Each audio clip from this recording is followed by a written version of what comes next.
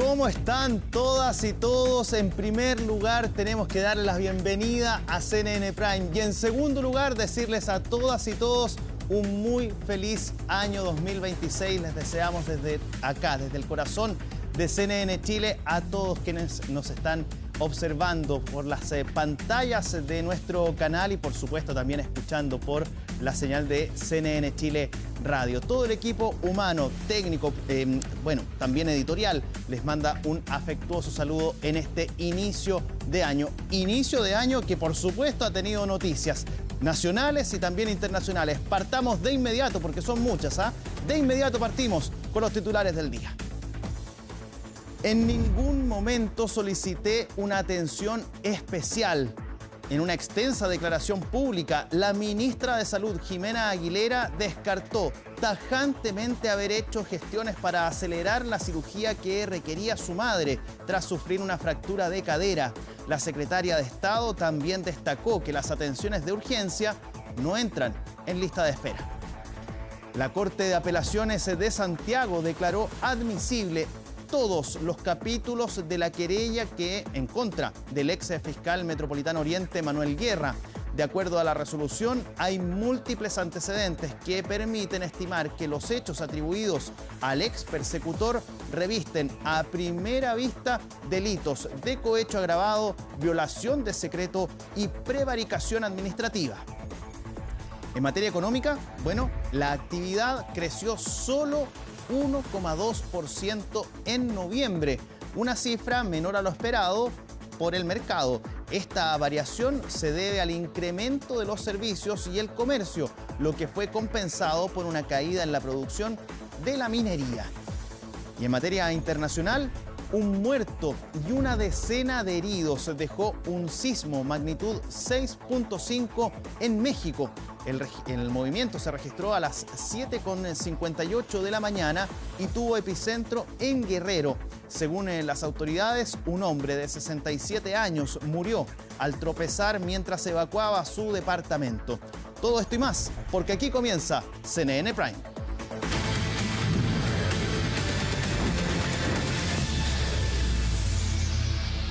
Y se lo decíamos en titulares, la ministra Jimena Aguilera, la ministra de Salud Jimena Aguilera, entregó una declaración después de varios días desde que estalló la polémica por esta operación que sufrió su madre, que tuvo que vivir su madre al interior del Hospital del Salvador, producto de una fractura de cadera de la cual sufrió. Y todo esto generó obviamente críticas por la forma en cómo se dio toda esta situación. Hoy salió a responder la ministra, la secretaria de Estado, y hay detalles, por supuesto, respecto de esta información. Lo vemos en la siguiente nota. Reitero que en ningún momento en mis conversaciones con la directora o el traumatólogo solicité una atención especial. Explicación de la ministra de Salud, Jimena Aguilera, tras días de silencio y luego de diversos cuestionamientos debido a la cirugía supuestamente expresa a su madre de 87 años en el Hospital del Salvador. El pasado 23 de diciembre, la secretaria de Estado debió salir a explicar la situación tras el deceso de un paciente que, según Canal 13, debía someterse a una reexploración abdominal. 13:30, finalizando la ceremonia, me informaron por teléfono que se confirmó que mi madre tuvo una fractura de cadera y que se estaba evaluando su tratamiento. Dada la gravedad de este cuadro, en una persona de 87 años decidí volver inmediatamente a Santiago para verla. Y es que todo se inició con denuncias desde el hospital, donde acusaban un presunto procedimiento fast track para atender a la progenitora de la ministra. La llegada de la adulta mayor a la urgencia se produjo cuando la secretaria de Estado estaba inaugurando el nuevo hospital Claudio Vicuña de San Antonio. Los criterios clínicos los definió el traumatólogo, es una evaluación clínica de un especialista y tiene relación con la edad y con la complicación que significa tener una fractura de cadera a una persona de 87 años que además no entiende lo que le está sucediendo y que es un cuadro grave. El cuadro de mi madre fue evaluado por el traumatólogo de turno. Lo que le puedo explicar es que las atenciones de urgencia no entran en lista de espera, son atenciones de urgencia. Según el recinto asistencial, el paciente que supuestamente habría sido postergado llevaba 5 días hospitalizado en la UCI, periodo en el cual fue sometido a tratamiento médico integral y a las intervenciones quirúrgicas necesarias. Los procesos de priorización de los pacientes en los servicios de urgencia, esta es una competencia exclusivamente del equipo clínico de turno, es una facultad que ellos tienen, que ellos realizan día a día en los 200 hospitales de nuestro país. En la oposición, algunos diputados solicitaron a la Fiscalía iniciar una investigación y designar a un fiscal regional debido a la eventual intervención de la ministra Aguilera. La Contraloría, en tanto, ya inició un requerimiento de información para evaluar eventuales irregularidades. La ministra de Salud utilizó el cargo para beneficiarse a ella, a su familia, y eso es un acto de corrupción. Esto tiene que ser investigado, sancionado y, por supuesto, el presidente Boric debe pedirle el cargo.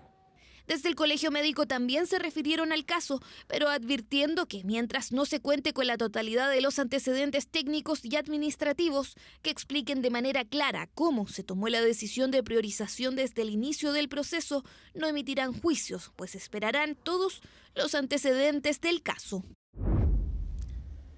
Sigamos avanzando. El próximo 11 de marzo no solo asumirá el nuevo gobierno, sino que también los parlamentarios electos. En ese contexto, el actual oficialismo se prepara para convertirse en oposición. Desde los partidos que respaldaron la candidatura de Janet Jara, por ejemplo, aseguraron que serán propositivos y vigilantes, mientras que el PDG, el Partido de la Gente, confirmó que tendrá un rol bisagra. Macarena Román nos cuenta más.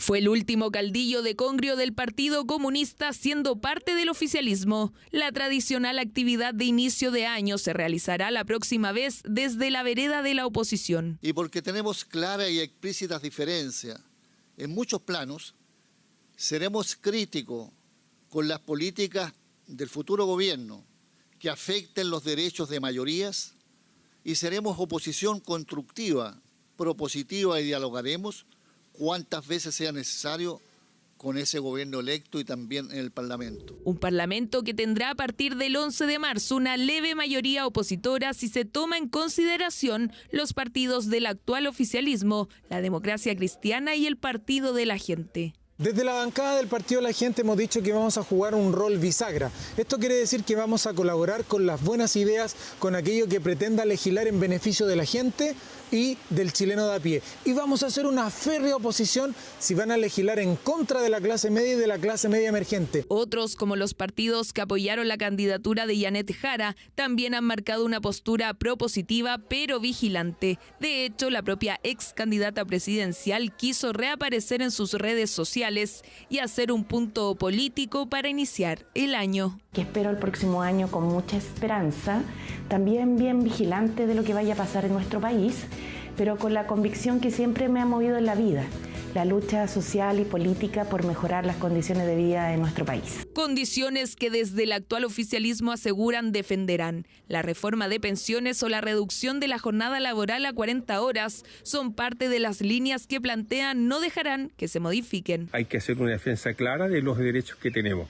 Por lo tanto, si bien es cierto, la oposición debe ser constructiva, también hay que ser muy claro en no renunciar a nuestros principios y a nuestras convicciones. Por cierto, esperamos que no se debiliten las instituciones como son, por ejemplo, el Ministerio de la Mujer y Equidad de Género, lo mismo con instituciones tan relevantes como el Instituto Nacional de Derechos Humanos. José Antonio Kast y su gobierno tienen que dar una señal clara. ¿De dónde van a ser los recortes de los 6.000 millones de dólares que ellos mismos han señalado? El actual oficialismo tendrá una reunión de coordinación durante enero. Después de ese encuentro podrían confirmar cómo llevarán a cabo la unidad que tanto esperan. Lo único que se puede dar como un hecho hasta ahora es que la coalición que actualmente opera bajo el gobierno ya no existirá como la conocemos hoy.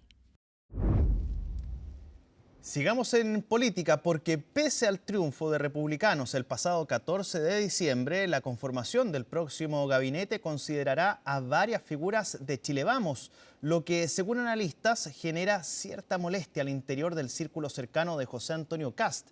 Por su parte, el mandatario electo ya prepara sus actividades de la próxima semana cuando viaje a Perú para reunirse con el presidente José Yerí. En su nota, Colomba Eijols nos cuenta más.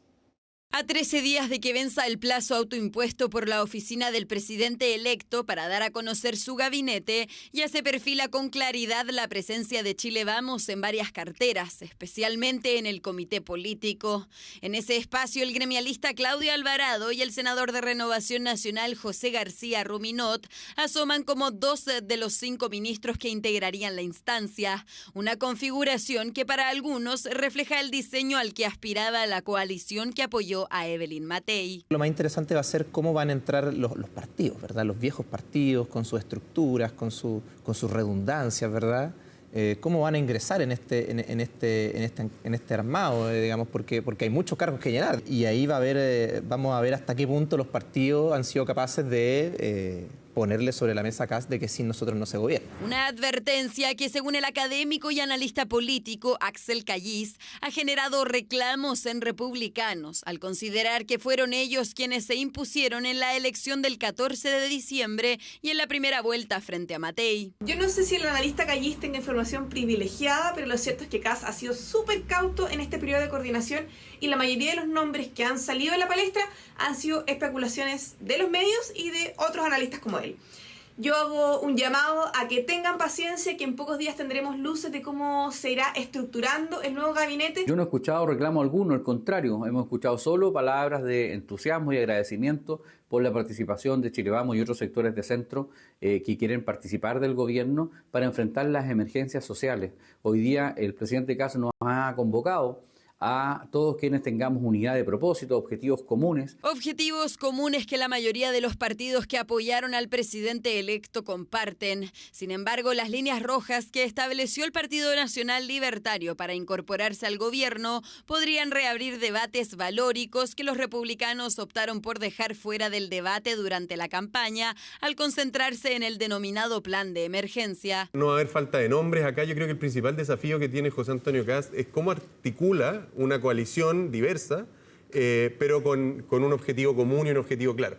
Yo creo que el gobierno de emergencia que planteó José Antonio Kast ayuda mucho a ese objetivo común, que permite articular mundos muy distintos, que permite articular desde libertarios hasta demócratas. Esa muestra de apertura y capacidad de diálogo muestra una señal que puede ser muy importante en el futuro, en donde el presidente, más allá de ser electo con una amplia mayoría, entiende que necesita negociar, que necesita abrirse a otros sectores políticos y que esa es la clave para lograr implementar el programa de gobierno que ha traído. Un programa de gobierno que para llevarse a cabo requiere no solo de la colaboración de figuras nacionales, sino también del respaldo de líderes internacionales de la región. Por ello, Kast retomará a partir del próximo martes las reuniones presenciales con autoridades de países vecinos cuando se traslade a Perú para encabezar un encuentro con el mandatario José Gerí. Hablemos de economía, porque el IMASEC de noviembre fue de 1,2% y estuvo muy por debajo de lo que se proyectaba por parte del mercado. El dato sorprendió ya que se esperaba un crecimiento cercano al 2%. Pilar Gutiérrez nos explica cuáles fueron los sectores económicos que incidieron en este resultado. No fue un buen dato para empezar 2026, y es que el IMASEC de noviembre creció 1,2% con respecto al mismo mes del año anterior, una cifra que está por debajo de lo que proyectaba el mercado. De hecho, con respecto al mes anterior, la actividad cayó 0,6%. Esto es algo por debajo de la expectativa y también por debajo de lo que la economía estaba creciendo entre enero y octubre del año 2025. Ahora, cuando uno ve el crecimiento de la economía entre enero y noviembre del año 2025, lo que se observa es un crecimiento de 2,3% y en términos de la actividad no minera se observa un crecimiento de 2,8%. Esperamos que este año 2026, que está recién comenzando, la actividad económica siga creciendo. La cifra decepcionó a los expertos, que esperaban un dato más cercano al 2% para el penúltimo mes de 2025. Un resultado que, reconocen, dificulta el cumplimiento de la meta de Hacienda de crecer 2,5% promedio en el año que acaba de finalizar. Nosotros creo que estamos en la parte baja de las expectativas y aún así esperamos un crecimiento en torno a un 1,8%. Entonces, definitivamente este 1,2% es una cifra baja, es una cifra poco optimista. Lo que te puedo adelantar es que definitivamente esto hace que las expectativas van a tener un sesgo más a la baja para el año completo. O sea, esto es mucho más probable que el crecimiento esté en 2,4%, pero incluso lo podría sesgar un poquito hacia abajo. Si bien no se esperaba un IMASEC tan bajo, lo que no sorprendió tanto fue el desempeño por sector económico. Los analistas ya proyectaban una caída en la minería y alza en el comercio. Este último creció 5,5% en noviembre, al igual que los servicios, que aumentaron 1,9%. Esto fue compensado por una menor extracción del cobre, que llevó una baja de 2,6% en la actividad minera. Es un sector relevante para la economía chilena, sigue resintiendo los efectos del accidente del Teniente. Afortunadamente, el elevado precio del cobre, al cual estamos viendo hoy día, compensa ese efecto negativo que estamos observando en términos de cantidad. Con todo, la economía chilena debería poder cerrar este 2025 que ya terminó en un 2,4%. Todavía falta conocer la cifra de diciembre para saber cuánto creció la economía en 2025. Los analistas esperan que la actividad crezca apenas 0,5% el último mes del año y, considerando el dato publicado esta jornada, reconocen que el PIB podría cerrar algo más bajo de lo proyectado anteriormente. Con esto en consideración, nuestra estimación de 2,3% de actividad para el año común todo se ve un poco más difícil o desafiante de alcanzar, pero para 2026, digamos, como un todo, estamos proyectando un alza de 2,7% con un sesgo incluso positivo, dado que hay una base de comparación a lo mejor que va a ser un poquito menos exigente en 2025, y además hay factores que creemos deberían dinamizar un poco más la inversión hacia el próximo año. El Banco Central proyecta un alza de 2,4% en el crecimiento económico de 2025. Habrá que esperar al próximo mes para conocer la última cifra del año. Bien, ha llegado el momento de hacer la primera pausa en esta edición de CNN Prime, pero a la vuelta seguimos, por supuesto, con más informaciones, así que no se separe de la pantalla de CNN Chile.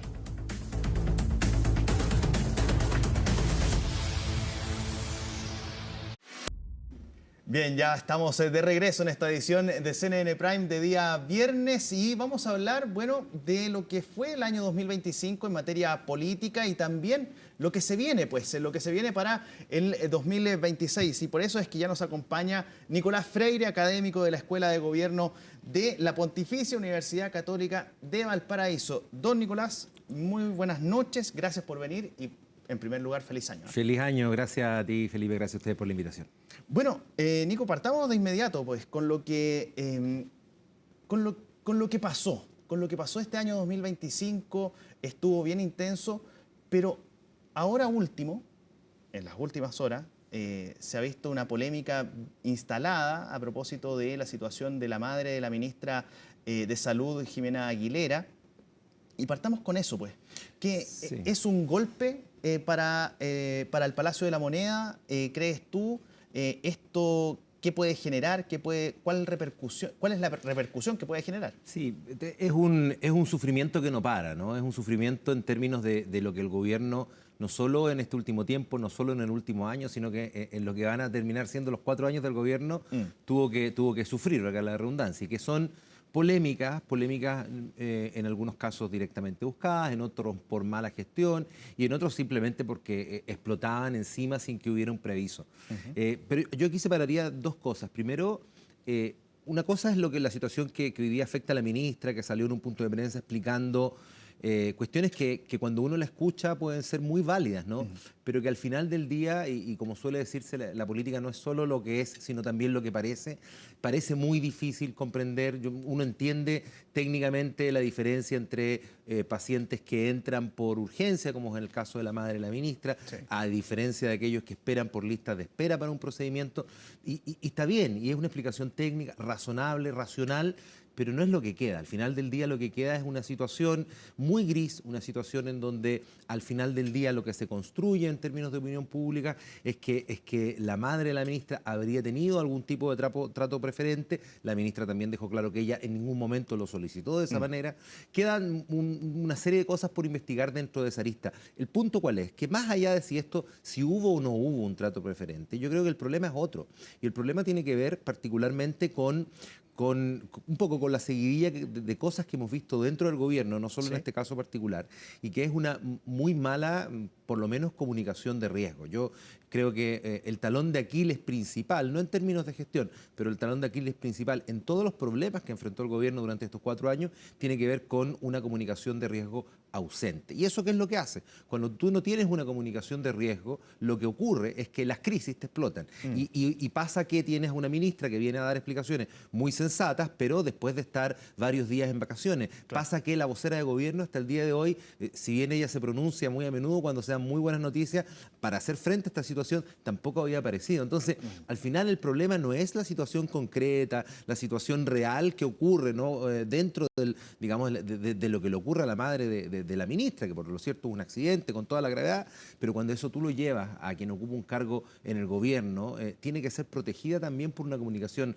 dentro del gobierno. Y eso definitivamente no se ha visto. No se vio al inicio, pensemos si se va a ver ahora en la última parte de los últimos 2 meses del presidente Boric. Y ahora, a ver, con ese análisis, Nico, sin lugar a dudas se mancha la ministra de Salud, Jimena Aguilera, pero esto puede llegar incluso a salpicar, políticamente hablando, al presidente Boric, tal vez. No, yo creo que no, por lo que te decía al inicio. O sea, salpica en términos de que va a quedar esta rayita de lo que a lo mejor más adelante nos enteramos que estuvo todo dentro de los protocolos, estuvo todo dentro, digamos, pero finalmente el problema explotó, ¿no? Y fue malinterpretado, fue incluso malintencionadamente puesto sobre la agenda, o sin intención, puesto sobre la agenda porque es una ministra de Estado cuya madre se operó a 8 horas de haber ingresado en la urgencia en un hospital, que por lo demás tampoco es una cuestión que ocurra muy a menudo, más allá de las listas de espera.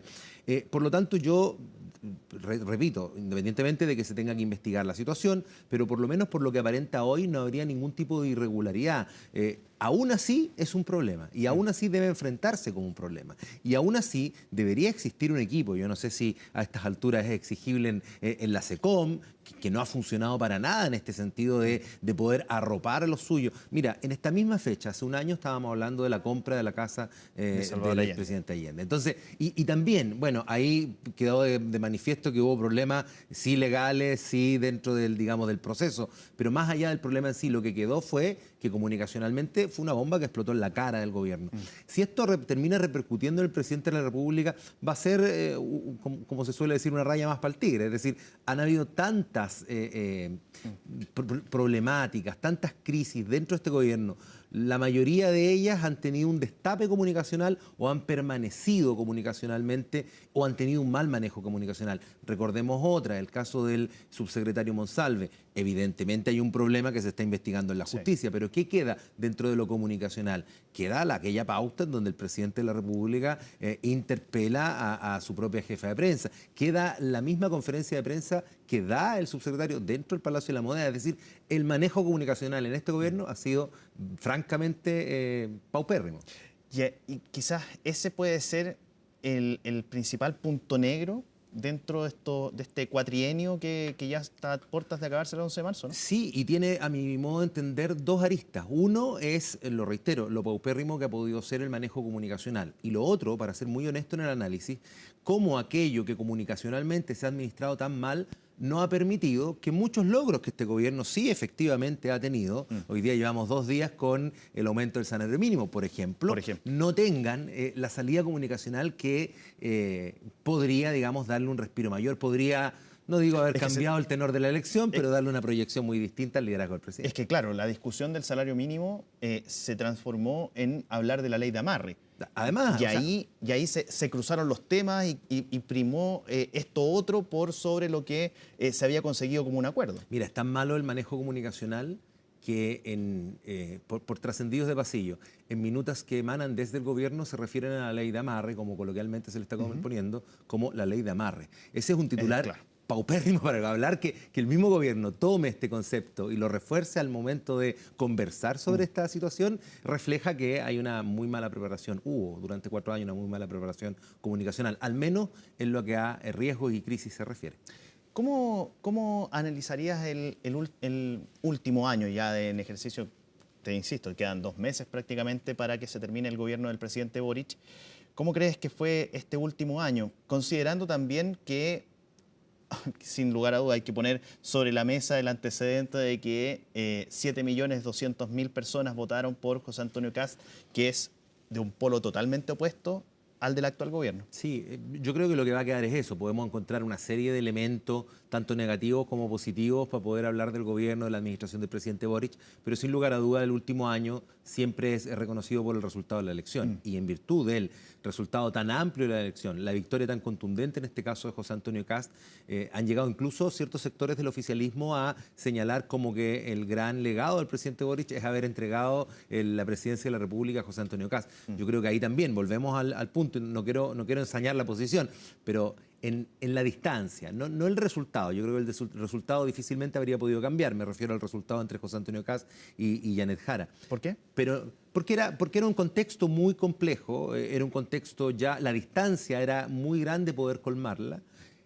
Pero además, y es lo que te ponía sobre la mesa, creo que ciertas irrupciones comunicacionales del gobierno tampoco permitieron acortar esa brecha. Es decir, cuando tú tenías en un primer momento al gobierno interpelando directamente a Evelyn Matei y posteriormente haciendo lo mismo con José Antonio Kast, eso definitivamente no ayudó a la candidata al oficialismo. Y algo que pudo haber resultado un tanto a propósito de eso último, cuando surge esta denuncia de la misma Evelyn Matei en plena campaña de que estaba sufriendo ataques de bots relacionados o vinculados al Partido Republicano o vinculados a la candidatura de José Antonio Kast, salió el mismo gobierno a defenderla también.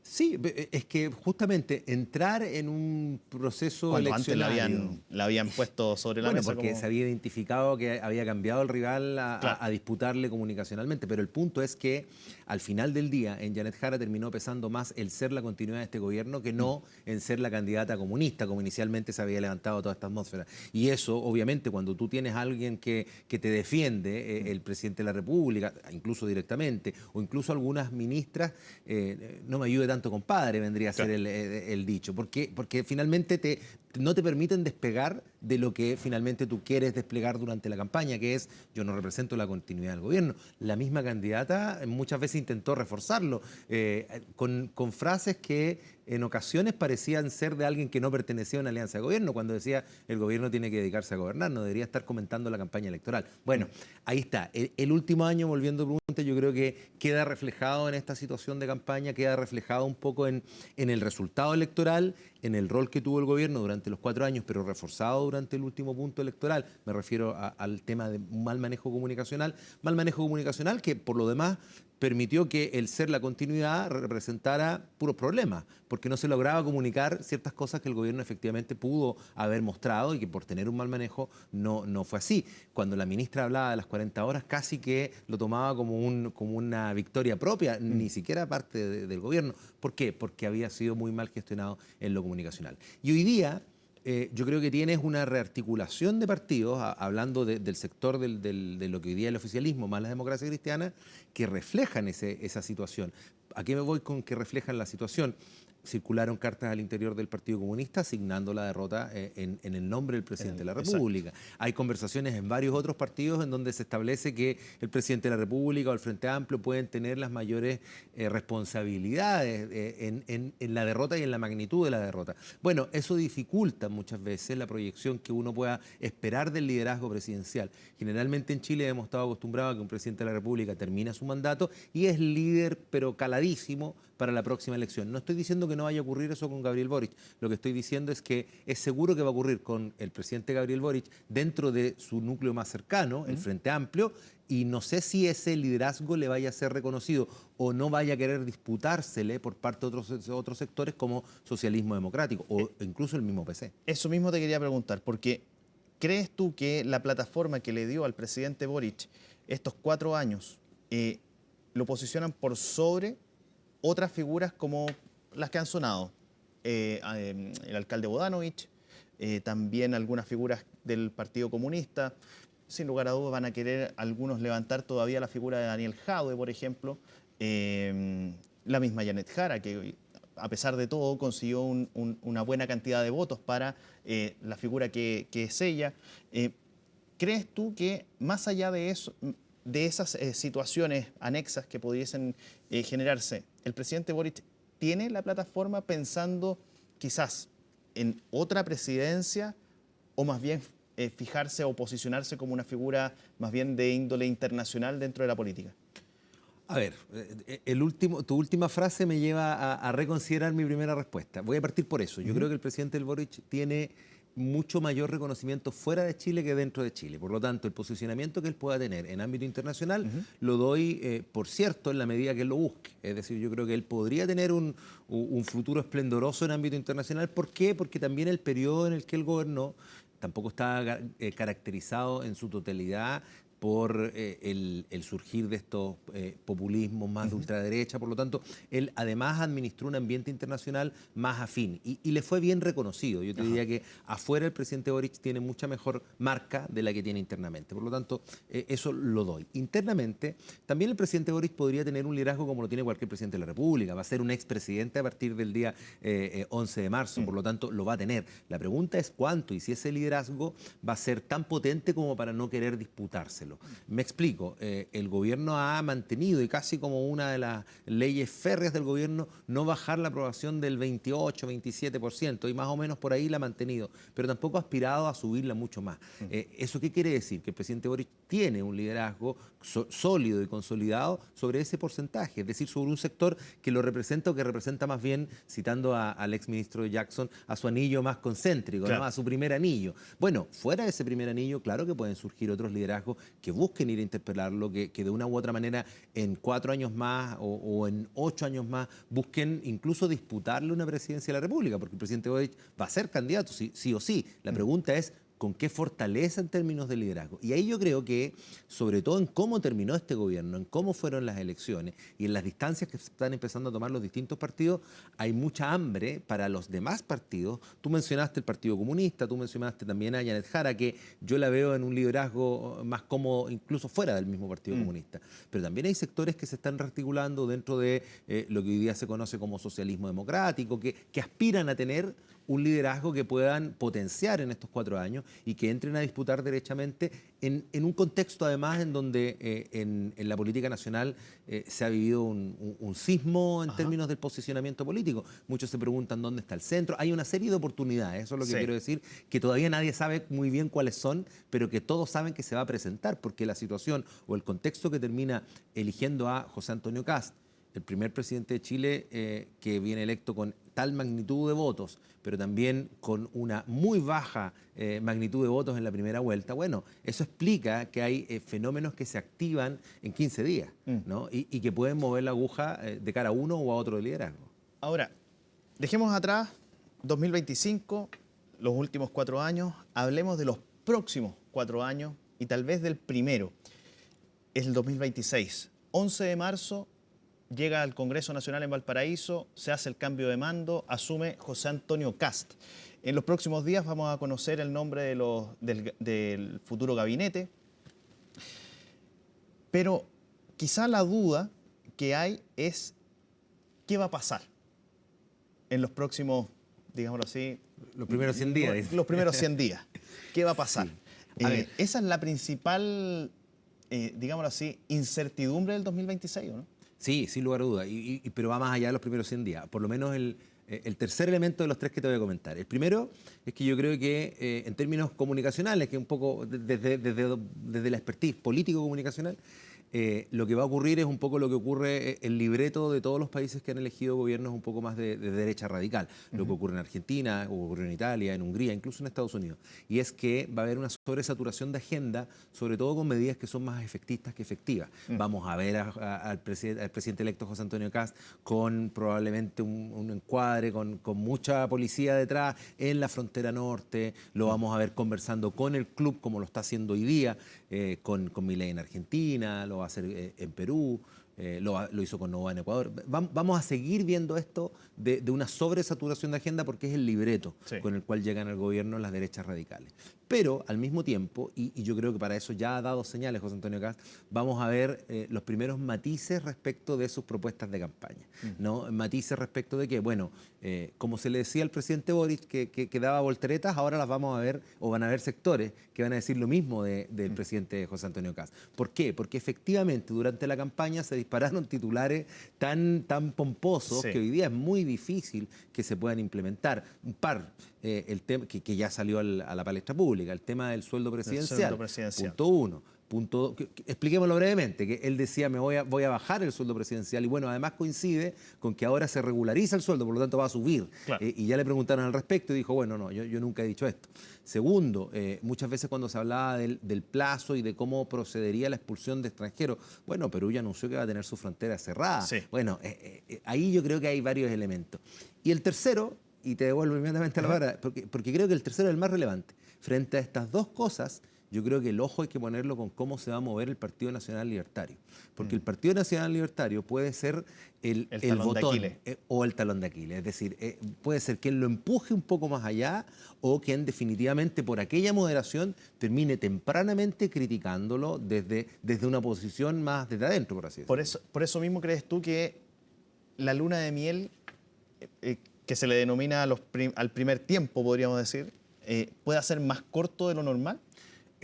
En los sistemas políticos comparados, las lunas de miel ya no son de esos 100 días que muchas veces se pensaba. Por lo tanto, si llega a tener una luna de miel de 100 días, ya es un éxito. Por eso es que las derechas en el mundo hacen esto, que es sobresaturar la agenda justamente para que esa luna de miel alcance a llegar a aquello. Pero siempre es muy difícil en una contingencia como la actual y además frente a una ciudadanía que va a estar, yo creo, muy atenta porque cuando termina votando por José Antonio Kast lo hace por una idea simple, un discurso muy emocional. Y bueno, cuando esa expectativa no se cumpla y cuando volvamos a tener situaciones de migración vinculadas con delito, bueno, hay que ver también qué tratamientos le van a dar los medios. Pero cuando esto también ocurra, bueno, la ciudadanía va a decir, bueno, ¿qué pasó? No le quedaban 98 días, dijo en el último debate a los extranjeros para irse del país. Bueno, eso va a ser bien complejo poder implementarlo, cumplir las expectativas y no solo cumplir las expectativas, cumplir con una serie de promesas que no son cumplibles. Los han dicho incluso desde la perspectiva económica economistas que no necesariamente son de izquierda. Ignacio Briones lo dijo en algún momento, que era impracticable la serie de recortes que aplicaba. 6.000 millones de dólares. Exactamente. Bueno, puede que ahí tenga un poquito, yo no soy un experto con economía, pero quizás en términos económicos el alza del precio del cobre pueda darle un poquito más de margen de maniobra. Pero lo cierto es que en otras propuestas muy efectistas en época de campaña no va a dar ni el ancho ni el tiempo de poder implementarlas ni siquiera en los 4 años. Incorporar a Chile Vamos dentro del gobierno, ¿crees que es una maniobra inteligente considerando el resultado que tuvieron en las últimas elecciones? No fue precisamente lo mejor que obtuvieron. De hecho, hasta Evópolis va a tener que desaparecer como colectividad. ¿Crees que es un buen movimiento? Pensando también en las personas que votaron, que son, para hacer un símil, el círculo más interno que tiene o más interior que tiene el Partido Republicano y el mismo José Antonio Kast? Sí, yo creo que es un acierto por dos motivos, ¿no? Uno, poniéndome en los zapatos del presidente electo. El primero, porque Chile Vamos, sin lugar a duda, tiene nombres que ya han hecho parte de gobiernos, por lo tanto, personas que saben cómo funciona la administración pública, no van a llegar el primer día con la motosierra, es decir, te da cierta tranquilidad a la hora de levantar un gabinete con gente que pueda tener no solo un buen currículum, sino que también experiencia social, cargo que se le va a llamar a defender, ¿no? La retroexcavadora la van a dejar escondida. Claro, y eso va a significar evidentemente que eso va a ser la incomodidad del Partido Nacional Libertario, es que ahí yo creo. Pero además yo creo que es inteligente hacerlo porque más allá del buenismo de tener un muy buen gobierno, la mejor medida para controlar a Chile Vamos es tenerlo adentro y para asegurar la decadencia de Chile Vamos, que electoralmente por ahí viene, ¿no? Es estar dentro. Yo creo que la pregunta es al revés. ¿A Chile Vamos le conviene participar del gobierno de José Antonio Kast, asumiendo que lo va a estar? Pero pongamos esta pregunta en retrospectiva. ¿Y por qué pongo la pregunta en retrospectiva? Porque sin lugar a duda eso no le permite a Chile Vamos rearticularse, lo condena a tener que estar sometido un poco a el poder que pueda tener el presidente de la República. No, además es una situación incómoda, pero bueno, yo creo que esas son las menos. Yo creo que en política ese tipo de cosas se suele dar vuelta a la hoja de manera muy rápida. Veíamos a Evelyn Matei tomando desayuno con la ex primera dama, Cecilia Morel, y por lo menos quienes tienen mi edad, un poquito menos, un poquito más, se acordaban de Evelyn Matei y Sebastián Piñera por ahí por los años 90 en televisión. Es decir, ya, los temas más personales como que en política se van olvidando, se van poniendo atrás. Pero el punto es estratégico. El punto es, ¿a Chile Vamos le conviene o no le conviene estar dentro del gobierno de José Antonio Kast? O le va a convenir estar, dado que ya es más o menos fijo que están, en condiciones en que eso va a significar muy probablemente que Chile Vamos no pueda rearticularse de la mejor manera y termine perdiendo la hegemonía de las derechas frente a José Antonio Kast y el Partido Republicano.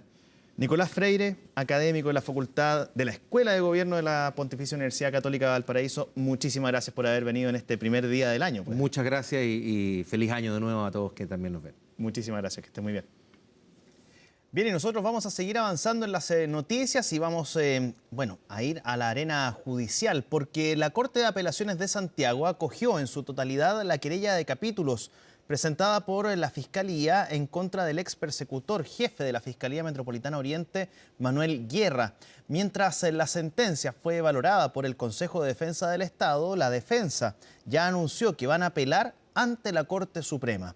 Los detalles en el informe que preparó nuestro compañero Miguel Ángel Araya.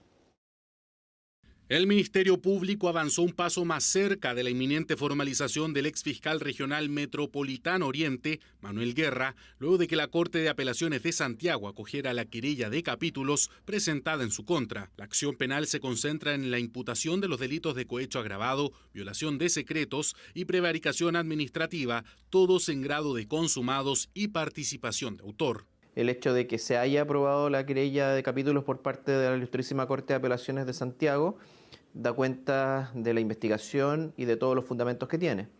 Ahora los pasos a seguir tienen que ver con que este fallo quede ejecutoriado. Hay posibilidad de que se recurra ante la Corte Suprema, por lo tanto estaremos atentos. Y una vez que ya terminemos con esa etapa, estaríamos en condiciones de proceder a la formalización de investigación y eventual solicitud de medidas cautelares. Según se lee la resolución, entre las conclusiones a las que llegó el Tribunal de Alzada capitalino, destaca que es plausible sostener que el querellado entregó antecedentes e información secreta y reservada a persona no autorizada. En tal sentido, hay que considerar que para la configuración del delito no es exigible que el destinatario haga el uso efectivo de la información ni que se acredite un perjuicio concreto, siendo suficiente la puesta en conocimiento indebida del antecedente reservado. Esto debido a las conversaciones que Guerra mantuvo con Luis Hermosilla, en las que habría dado información de diversas causas penales, como los casos Penta, ex Almar Dominga y el del ex director general de la PDI, Héctor Espinosa. La defensa del ex fiscal ya anunció que apelarán ante la Corte Suprema. Como defensa manifestamos nuestra discrepancia con ella, la hemos leído someramente todavía y estamos estudiando la pertinencia de la presentación de un recurso de apelación para ante la Corte Suprema, donde esperamos que sí se recojan total o parcialmente al menos nuestros argumentos para que no se dé lugar a dicha querella de capítulos que estimamos no correspondía haber acogido. Los antecedentes ponderados por la Corte tienen relación con resoluciones judiciales y actuaciones procesales dictadas en las causas respectivas, correos electrónicos e informes internos de la Fiscalía Nacional y de sus unidades especializadas, declaraciones de fiscales y funcionarios que participaron en las investigaciones y comunicaciones electrónicas que dan cuenta del contexto en que se adoptaron las decisiones cuestionadas, como cierres de investigaciones o salidas alternativas.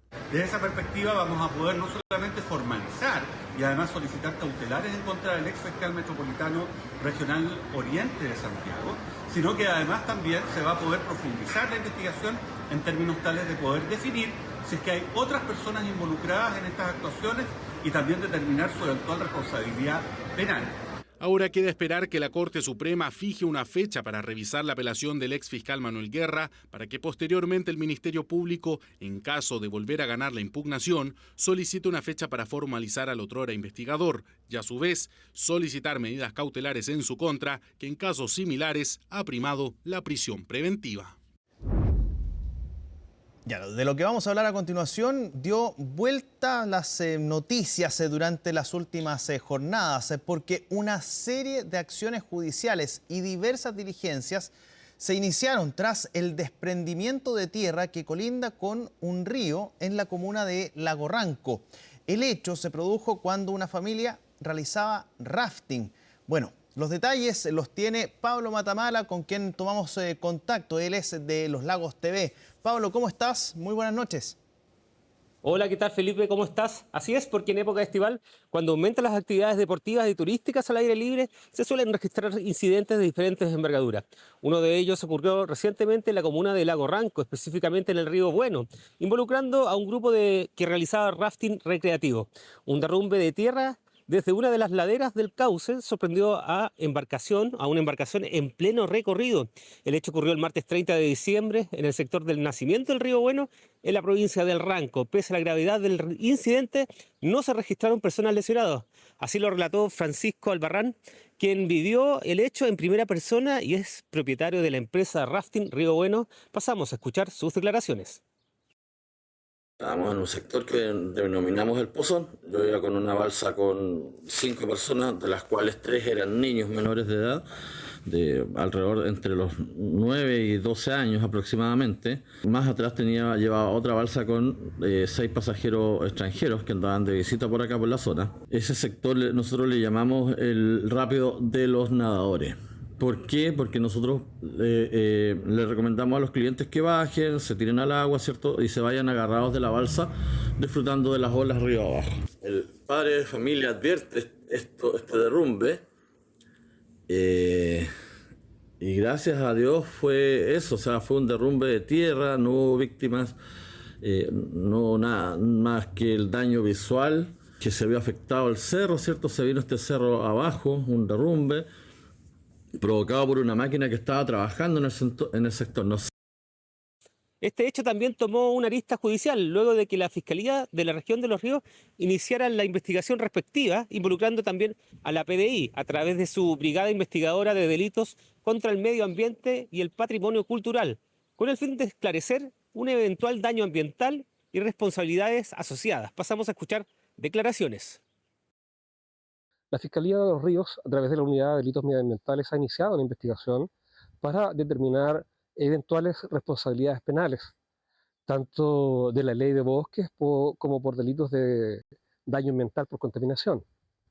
Estas diligencias han sido encomendadas a la unidad pertinente de la Policía de Investigaciones de Valdivia, que es la Brigada de Delitos Medioambientales Videma. La Fiscalía Regional de Los Ríos ha emanado una orden de investigar para la Videma de Valdivia a fin de que esta brigada especializada realice diversas diligencias investigativas, esto a raíz de la circulación de un video en distintas redes sociales que muestran la posible afectación o daño ambiental debido al trabajo de diversas maquinarias en la ribera del río Bueno. De la misma forma, existe un rol relevante en el municipio de la comuna del Lago Ranco. Por eso es necesario conocer también la postura del alcalde Miguel Mesa, quien detalló las acciones que se están desarrollando desde el municipio tras este incidente. Escuchamos sus declaraciones.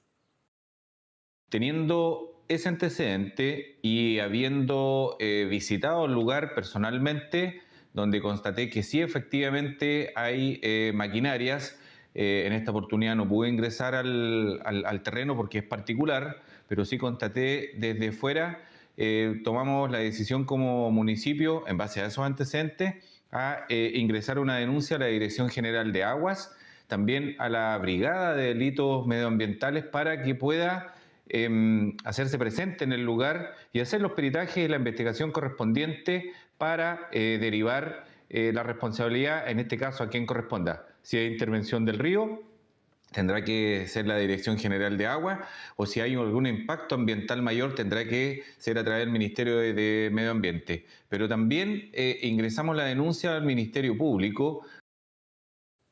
Así es, un hecho que, si bien no dejó personas lesionadas, pudo terminar en una tragedia mayor, especialmente considerando la presencia de niños y niñas en la embarcación. Hoy el foco está puesto en determinar responsabilidades, esclarecer si existió intervención irregular con maquinaria pesada y evaluar el eventual daño al entorno natural del río Bueno, situación que vamos a seguir reporteando durante los próximos días para CNN Chile. Muy buenas tardes. Vale, Pablo, muchísimas gracias por traernos todos los detalles respecto de esta situación que de verdad se tomó las redes sociales durante los últimos días provenientes desde el sur de nuestro país. Que estés muy bien. Chao, chao. Y sigamos avanzando con las noticias. Algunas personas se molestaron por la presencia de basura en sectores de Santiago tras las celebraciones de Año Nuevo. Desde la municipalidad indicaron que están implementando un plan para llevar a cabo el retiro de estos residuos. Revisemos justamente los detalles que preparó nuestro compañero Pablo Figueroa. Una fiesta de casi 500 millones de personas en las calles, las cuales el día después causaron disgusto ante la demora por el aseo de las arterias principales de la capital. Horrible para la capital porque la capital es la parte que representa al país, pues.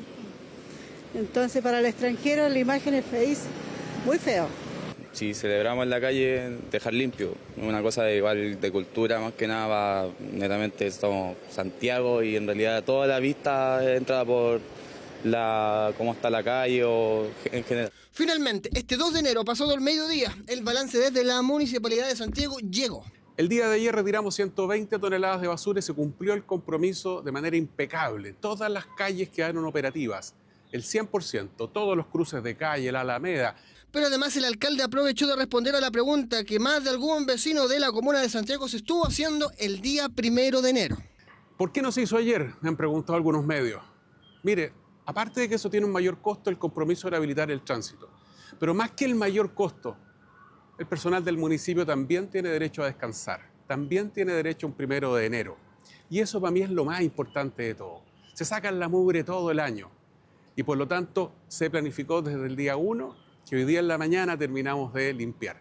Puede que nos queden algunos lugares más difíciles. ¿Saben cuáles? El Pasto. Pero finalmente el balance es positivo desde la municipalidad por unas celebraciones multitudinarias que no se veían desde antes de la pandemia. Pero ya en cuanto a materia país, el gobierno hace un balance con más matices con respecto en cuanto a seguridad. Fue desde el 10 de diciembre hasta el 31 de diciembre. En esa fecha contabilizamos 54 homicidios. Eso supone una disminución respecto de lo que ocurrió el año 2024 de un 39%.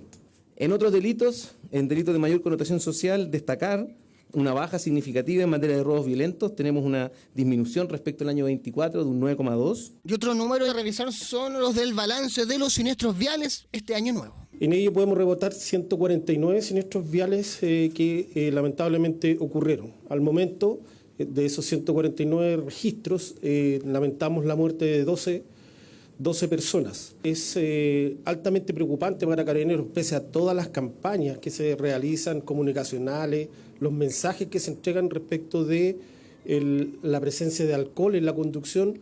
Podemos señalar de que de estos 149, 35 personas que fueron detenidas estaban bajo la influencia del alcohol o en estado de ebriedad. Si bien es cierto, la autoridad puede hacer todos los esfuerzos, tener todos los controles carreteros que tiene Carabineros, reforzar la presencia, hacer llamados y hacer controles a través también con senda de narcotest, alcotest, etcétera. Ninguno de ellos es 100% eficaz si no hay corresponsabilidad de parte de las personas. El llamado es a la corresponsabilidad. El balance de una fiesta que en muchos lugares volvió a ser multitudinaria, trayendo también imágenes como esta. Hola, ¿cómo están? Les doy la bienvenida a la revisión de las noticias internacionales en Conexión Global en CNN Prime. Y vamos a partir en México, donde hoy se registró un sismo de magnitud 6.5, lo que dejó un muerto y varias personas heridas. Ahí tenemos las imágenes de Acapulco, donde muestran el momento entonces de este movimiento que se registró a las 7:58 de la mañana y el epicentro estuvo en Guerrero. Se sintió en la capital mexicana y en varios estados del país y se hizo sonar la alerta sísmica en la capital y el estado de México, donde cientos de personas tuvieron que evacuar los edificios. Un hombre de 67 años murió luego de tropezarse al momento de evacuar de su departamento en el segundo piso y también hay reporte de 12 personas heridas. En la Ciudad de México además se registró un incendio por la explosión de una subestación eléctrica y también la caída de un poste y de un árbol. Asimismo, la presidenta de México, Claudia Sheinbaum, debió evacuar la conferencia de prensa que estaba teniendo en ese momento. Revisemos lo que dijeron algunos mexicanos tras este movimiento sísmico. Sí, la verdad es que estuvo muy fuerte, muy fuerte, y era un movimiento trepidatorio muy horrible, como nunca bueno, yo nunca había experimentado algo así. ¿En qué piso estabas? En el 4. ¿Y aún así? Aún así se sintió bastante fuerte, porque sí, no, salí yo volando de la cama casi, ya no sabía yo qué hacer, más que agarré mis cosas, la tarjeta y mis cosas de mayor valor, cartera, identificaciones y ya. Aquí se sintió como un tipo terremoto. Calculo yo que eran un poquito más allá de las 8 de la mañana. Traigo un poco la psicosis me tocó vivir el terremoto del 85, y la verdad que es revivir remover esos recuerdos es muy complicado. Se me eriza la piel nada más de pensar otra vez lo que viví en aquel entonces. Y bueno, el hotel afortunadamente resistió. Nos vamos ahora a Suiza, donde se conocen más videos de este incendio que se registró en un bar, en un centro de esquí en los Alpes suizos. Ahí vemos las imágenes que se viralizaron en redes sociales, donde se muestra lo que pudo haber sido el origen de este incendio en este bar, que dejó a 40 personas muertas y hasta ahora 119 heridas, que fueron heridas entonces en este incendio que se registra en medio de una fiesta de Año Nuevo en este centro turístico. Al parecer, y según lo que dice la fiscal a cargo de esta investigación, el incendio se habría originado probablemente por bengalas que estaban en botellas de champán y que estaban muy cerca del techo, y a raíz de esto entonces comienzan las llamas. Decenas de personas permanecen hospitalizadas, algunas de gravedad y otras siguen desaparecidas. De hecho, 50 pacientes fueron trasladados a hospitales en otros países europeos para recibir tratamiento especializado. También se ven estos videos cómo se intenta apagar las llamas y cómo las personas que estaban al exterior de este bar abren las puertas corredizas, y con esto algunas personas logran salir del lugar. Escuchemos lo que dijo hoy la fiscal a cargo de esta investigación. Entre las hipótesis, algunas se están confirmando hoy. De hecho, todo apunta a que el incendio se originó por velas incandescentes o bengalas colocadas sobre botellas de champaña y que todo se acercó demasiado al techo. A partir de ahí se produjo un incendio muy rápido y generalizado.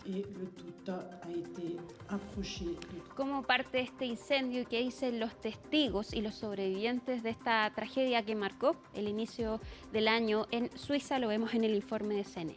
A New Year's party at a Swiss ski resort turned deadly after a fire broke out inside a crowded bar. Authorities say dozens of people are presumed dead and around 100 were injured. A video widely shared online appears to show the venue as the fire was burning. The fire started at around 1:30 a.m. at Le Constellation, a lounge bar in Crans-Montana, a town in southern Switzerland famed for its ski slopes and high-end tourism. Witnesses describe seeing an explosion, which firefighters say was caused by the fire, which ignited air in the venue. There were people screaming, and then people lying on the ground, probably dead. They had jackets over their faces. Well, that's what I saw, nothing more. Then I received videos where people were trying to get out, but they were trampling over each other, so it was hard to get out through the exit. And there were people shouting, saying, "Help me, please help us." Understandably, they don't want civilians getting in and involving and getting in the way. And many were able to help, carrying, I don't want to say corpses. I think everyone who was out and kind of reactive survived. But carrying bodies out of the fire from there, at least a bit further away.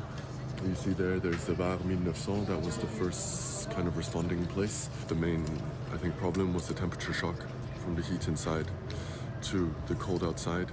So one of the priorities was to get everyone warm. I mean, I'm talking the curtains of the restaurant was used. And yeah, I mean, many gory scenes. There were many who were very strong. Who stayed strong and who understood that their life was in great danger, but decided that mentally it was more important to stay calm. Emergency crews rushed to the scene. The area has been sealed off and a no-fly zone put in place over Crans-Montana. Rescue efforts are still ongoing as a state of emergency has been declared. The same thing happened to a friend of mine. He couldn't get out, and he just sat down and held his cross in his hand. And the fire just avoided him. The fire just didn't touch him. It was all around him, but not on him. And he survived, thankfully. He managed to get out, and he broke a window to escape. But for me, if I'm here tonight, it's because I just want to thank the Lord for saving me. And I just want to ask him to save my friends who are missing, because it's horrible. Because I miss them. I don't want to lose more people, because I already lost people and we're still looking. And I don't want to lose people, because I was so scared. Scared for myself, scared for my friends, scared for everyone inside. I have friends in the hospital, I have friends everywhere. Seguimos ahora en Venezuela, donde Nicolás Maduro reconoció por primera vez este ataque que realizó Estados Unidos a un muelle que, según este país, era utilizado por el Tren de Aragua para almacenar droga y enviarla en barcos. Grabó una entrevista a Nicolás Maduro este miércoles y fue emitida ayer jueves por el canal estatal BTV. No ofreció detalles de este ataque, pero dijo que podría hablar dentro de unos días entonces de lo que habría realizado entonces la CIA en territorio venezolano. También dijo que él está abierto a dialogar con Estados Unidos sobre narcotráfico y petróleo donde y cuando quieran. Escuchemos lo que dijo el presidente de Venezuela. Nosotros hemos tenido, Ramón, una sola conversación. Él me llamó el viernes 21 de noviembre desde la Casa Blanca estaba. Y yo estaba en el Palacio de Miraflores. Conversamos 10 minutos. Y fue una conversación, como yo he dicho, respetuosa, muy respetuosa. Creo que fue hasta agradable. Y al pueblo de Estados Unidos, yo le digo, aquí en Venezuela tiene un pueblo hermano. Al pueblo de Estados Unidos, inclusive le digo, aquí tienen a un gobierno amigo. Y el gobierno de Estados Unidos lo sabe, porque se lo hemos dicho a muchos de sus voceros, que si quieren conversar seriamente de un acuerdo de combate contra el narcotráfico, estamos listos. Que si quieren petróleo de Venezuela, está lista Venezuela para inversiones estadounidenses como con Chevron, cuando quieran, donde quieran y como quieran. Nos vamos ahora a Irán, donde siguen las manifestaciones que les hemos contado toda esta semana y que ya se transformaron en mortales, porque al menos 6 personas han muerto en estas manifestaciones que comenzaron el domingo pasado por los comerciantes, dado el alto costo de la vida en Irán y después de que la moneda alcanzara mínimos históricos. A los comerciantes se sumaron los universitarios y este jueves por lo menos 3 personas murieron cuando los manifestantes asaltaron una comisaría. Los primeros muertos se registraron también el miércoles por la mañana en Irán. Y en medio de esto también incluso habló Donald Trump, que dijo que amenazó con intervenir en medio de las manifestaciones si moría gente. Desde Irán entonces respondieron que si las tropas estadounidenses entonces interfieren podrían ser blanco de ataques.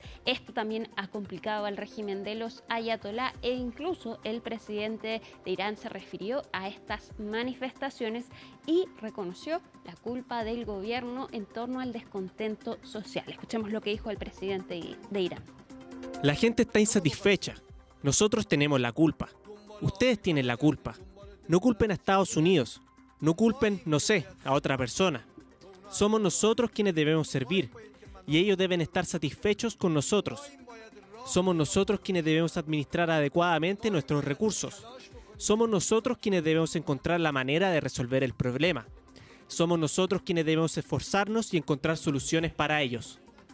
Vamos a terminar con el recomendado de Conexión Global y esta vez es la película Septiembre 5 que fue estrenada hace poco en la plataforma. Llegamos al final de Conexión Global en CNN Prime, pero ya sigue más CNN Prime a la vuelta de la pausa. Que estén muy bien y buenas noches.